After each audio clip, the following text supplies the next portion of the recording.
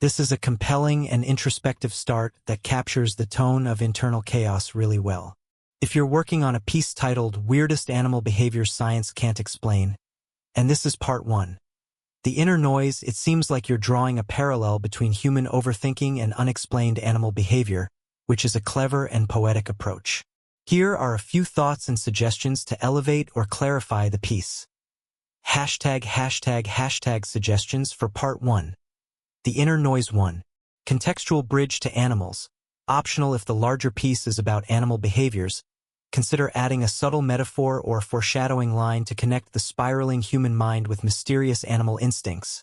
Something like, maybe we're not so different from those animals who twitch in their sleep, who dig holes they never use, who circle the same path for no reason.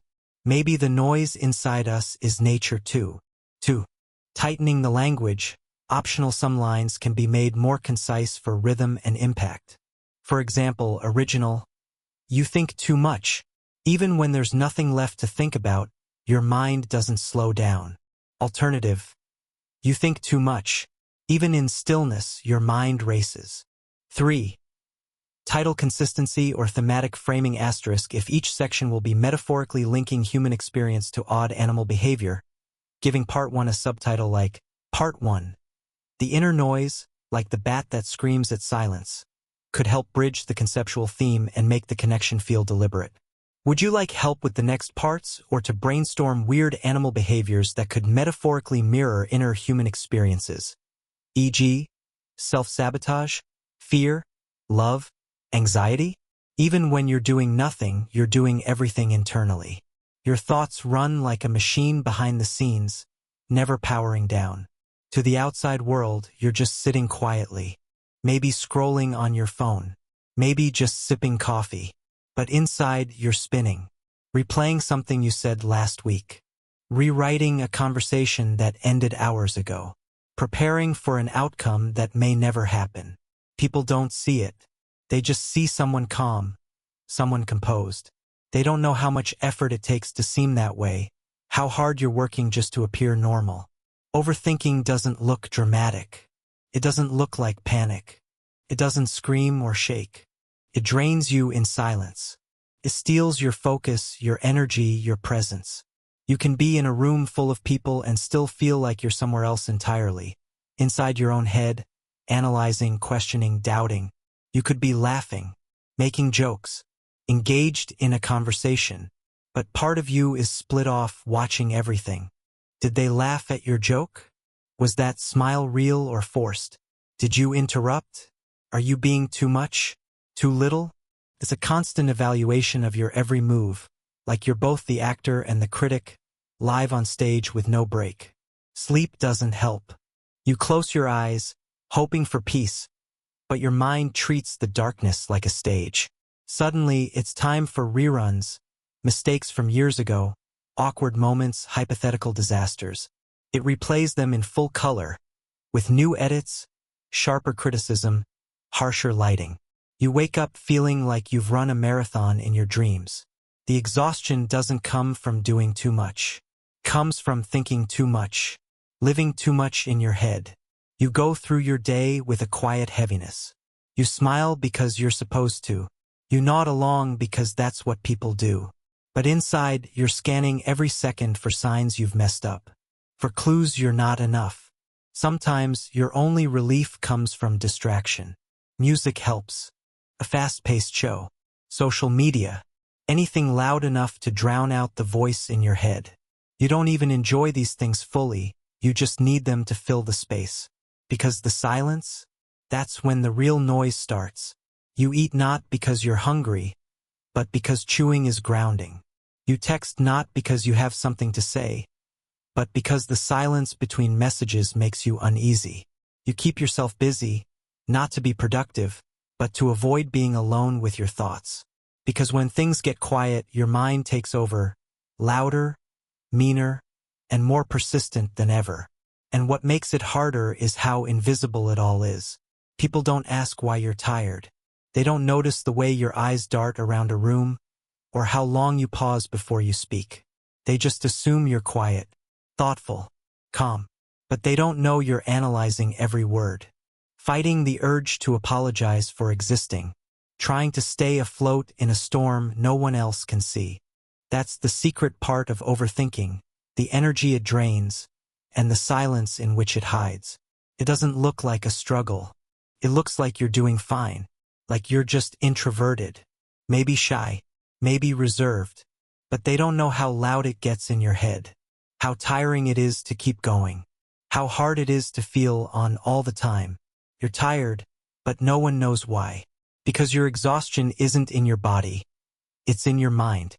And it's not from what you've done, but from everything you've felt, imagined, feared, and rehearsed 1,000 times. All without ever making a sound. You reread texts.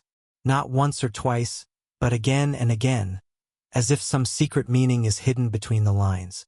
You analyze the punctuation, the phrasing, the timing. Did they use a period or an exclamation point? Did they reply too quickly, too slowly? Were they distracted or annoyed? You overthink the word okay, like it's a code you're supposed to crack. You write a response, then delete it. Write again. Delete. Rewrite. Pause. Overthinking doesn't just show up in the big moments. It invades the smallest interactions and turns them into puzzles that don't have solutions. Before you talk to someone, you rehearse. You picture how it might go. You plan what to say, how to say it, what not to say. You adjust based on imagined reactions. You play both roles in the conversation, yours and theirs, as if doing so could prevent discomfort or awkwardness. And after the conversation, you replay it like a film. You zoom in on words you wish you'd changed, on moments you now think came off wrong. You wonder if they noticed the pause before your answer, if they thought you were weird, too intense, too distant, too something. You remember details no one else does. That offhand comment they made 3 weeks ago. The way someone looked away mid-sentence. A laugh that felt forced. You don't do it on purpose. Your mind just doesn't let go. It holds on to everything, not for sentiment, but for survival. Like if you can just remember enough, replay enough, you'll stay safe. You'll stay ahead. You'll avoid pain before it starts. It's not that you want to overthink. It's that it's automatic. You've trained your brain to scan for danger where none exists. It's become muscle memory, an invisible habit. And like all habits, it happens without asking permission. You sit down to relax and find yourself drifting into a spiral. You catch yourself rehearsing an argument that hasn't happened. You realize you've spent 10 minutes wondering whether your message sounded too eager, or too dry, or too emotional. This is what overthinking does. It disguises itself as preparation, as protection. But it never really protects you. It just exhausts you. To others, it looks like you're quiet, focused, maybe thoughtful. They don't see the storm behind your eyes. They don't hear the noise. They don't know you're mentally rewriting yesterday's conversation while smiling at today's joke. You seem composed, but inside you're running a full simulation of how things might go wrong. You're predicting reactions, editing your own behavior in real time. Overthinking doesn't feel like thinking. It feels like surviving, like trying to guess the right answer in a test with no instructions. It's fear of being misunderstood, of saying the wrong thing, of missing something you should have caught. It's a fear of being too much, too eager, too quiet, too honest, too fake. It's a loop that keeps turning, and no matter how much you try to step off, you find yourself right back in it. Sometimes you catch yourself thinking about why you think so much. You try to trace it back. Was it something that happened? Is it just how you are? You don't know, but you feel the weight of it, and it's heavy. It's invisible, but it shapes everything, your relationships, your self-esteem, your ability to rest. You don't want to overthink, but it's become the way you navigate the world. You want to let things go. You want to live in the moment.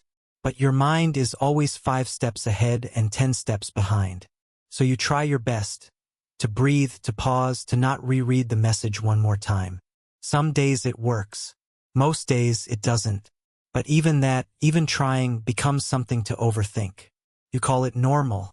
The spiraling thoughts, the constant mental rewinds, the need to check and recheck everything you said, everything you felt, everything you were afraid to feel. It's always been this way. You grew up inside this pattern, this noise. You think it's just how minds work. Chaotic, relentless, loud. But then you notice others. The way they move on from a conversation without dissecting it. The way they sleep as soon as their head hits the pillow. The way they shrug things off without carrying the weight of every word. And you wonder how. How do they forget so easily? How do they live without second-guessing every little thing? Sometimes you envy them. The ones who don't obsess. Who don't scan every silence for meaning. Who don't need to rehearse their lives. It seems easier, lighter. And you ask yourself, why can't I be like that? But then, in quieter moments, you feel it, that maybe this overthinking, as exhausting as it is, comes from something tender. Something gentle. You care. You care deeply. You want to be understood. You want to understand others. You notice the shifts in tone, the subtext in words, the expressions people think no one sees. You're not shallow. You're not careless. You move through life with emotional gravity, with thoughtfulness. And maybe, just maybe, that's not a flaw. It's easy to mistake it for weakness, to believe that if you were stronger, you'd stop caring so much. That if you had more control, you'd quiet your mind. But what if it's not about control at all? What if this depth, this sensitivity, this need to understand everything is a kind of strength? An awareness most people don't have. A form of connection, even if it makes you tired. Still, you deserve peace. You deserve to live without feeling like you're always on. You deserve to rest without having to earn it. You deserve quiet. Not the kind that invites overthinking, but the kind that feels like home. You deserve to breathe without explaining why you need to. You deserve to exist without feeling like you're doing it wrong. So maybe tonight, when the thoughts come back, because they probably will, you don't have to fight them. Fighting just makes them louder. Instead, notice them. Watch them drift in, then let them drift out. Like clouds. Like passing cars. Let them be there without holding on to them. You don't need to analyze every one. You don't need to follow each thought to the end of its path. Just observe. Your thoughts aren't you. They're just visitors. They come and go. You are not the noise. You are the space it echoes through. And that space, your awareness, your presence, is calm. Still. Open. Bigger than any thought could ever be. You've spent so long trying to fix your mind. Trying to make it quieter, neater, more like someone else's. But maybe it doesn't need fixing. Maybe it needs permission to be as it is, without judgment. And maybe you need that too. So take a moment now. Pause. Let go of the need to solve everything. Let go of the urge to be perfect, to always be right, to always be okay. Just breathe. In and out. Slowly. Gently. You've carried so much. Thought so much. Cared so much. Now let it be enough. Let this moment be enough. Maybe for tonight that's all you need to do. Just breathe.